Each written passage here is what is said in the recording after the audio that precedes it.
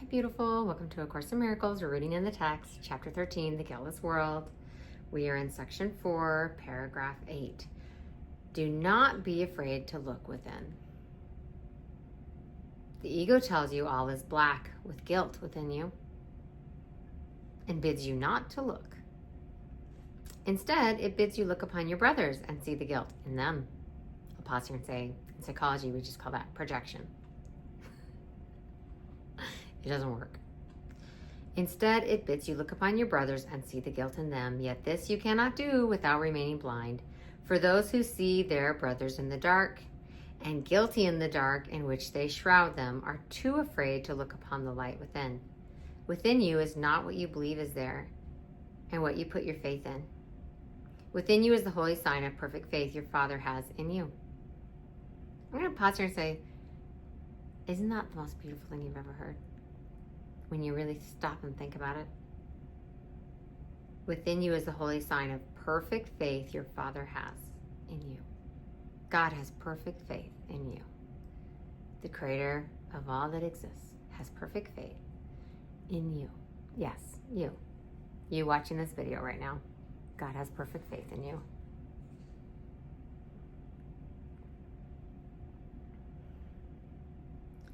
He does not value you as you do.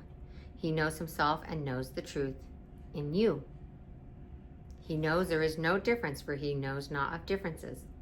Can you see guilt where God knows there is perfect innocence? God looks at you and sees perfect innocence. I'll pause here and say, how's that even possible? I don't claim to know everything. This is an experience I had that was very enlightening for me, and maybe it offers some food for thought for you. I was being really hard on myself a while back. I was thinking what a horrible person I was, this horrible thing I'd done. I was really upset with myself. And Spirit said, stop, you're condemning God. And I was like, no, I'm not condemning God, I'm condemning me. And I said, what are you? And I was like, what am I? And I said, well, I'm DNA. I'm a human based on this blueprint. And Spirit said, did you design that? And I said, no. I was like, okay, then you're condemning God. God created your DNA. God, life, source, evolution, whatever you want to call it. I didn't create my DNA. And then Spirit said, what else are you? And I thought about it, and I was like, well, I'm a collection of experiences. I'm the product of my nurture. And Spirit said, did you pick your parents? And how you were raised, and where you were raised, and what religion, and what friends you'd have? Based on what school you went to? Did you pick any of that? And I was like, well, I mean, kind of. I kind of picked it, didn't I? Like, or my soul picked it. And Spirit was like, did you, as a human character, pick your character? And I was like, I don't think so. I think I just was born with this nurture and this nature, and that created me. And Spirit said, did you do any of that? And I was like, not as this human character. I'm just experiencing it. And then Spirit said, then don't you see that you are perfectly innocent? And when you are harsh and hard on yourself, you're condemning God. You're condemning your nurture and your nature, your DNA, which you did not choose, and your nurture, which you did not choose. And I thought, well, when you put it that way, I am innocent. And so is everyone else. I know that's a radical thought system, but even the most vile people on the planet didn't pick their DNA and didn't pick their upbringing. What I have found is that when I deeply understand someone, I have deep compassion for them. I have never in my life truly deeply gotten to know someone and had no compassion for them. I've shared in past videos where I had a lot of judgment toward a woman I watched on TV who had harmed her children, and I just damned her to hell and hoped that she rotted in jail forever. And then when I had my firstborn child, I developed a disorder called postpartum OCD, where I was in constant fear I would hurt my child. And from that experience, I learned that that poor woman was suffering something beyond her control. Like I was suffering something beyond my control.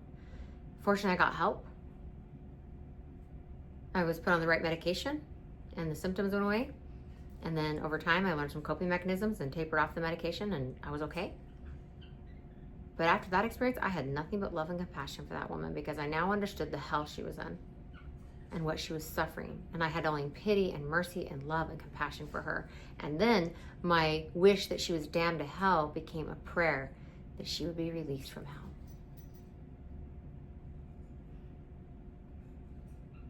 That she would forgive herself and find happiness again. Because in truth, she'd done nothing wrong.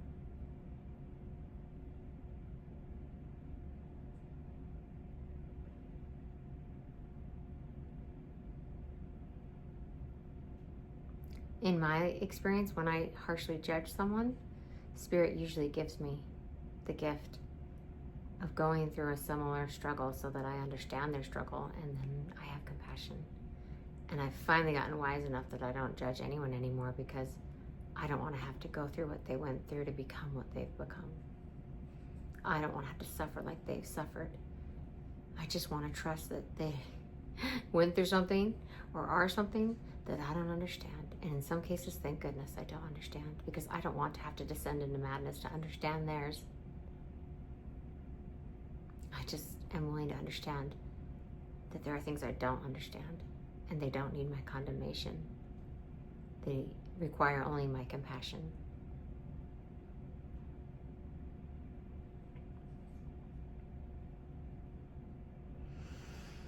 Within you is the holy sign of perfect faith your Father has in you. He does not value you as you do. He knows himself and knows the truth in you. He knows there is no difference, for he knows not of differences.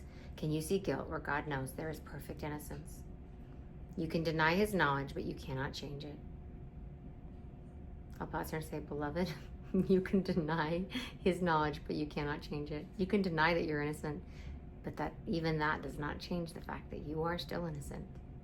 Perfect, whole, and complete as God created you, despite anything that has happened to you.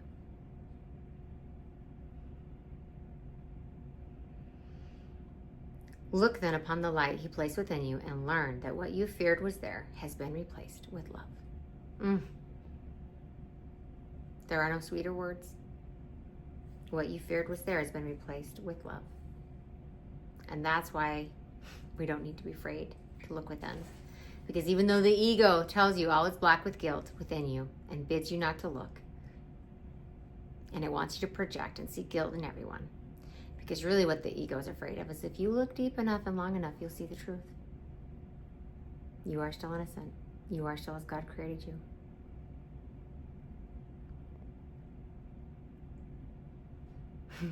I don't understand all the mysteries, but I know this. Judgment is useless. And it's based on a false premise.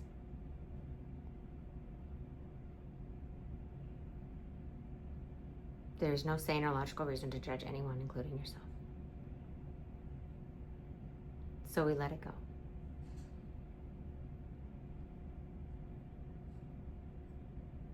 Because what we feared was there has been replaced with love.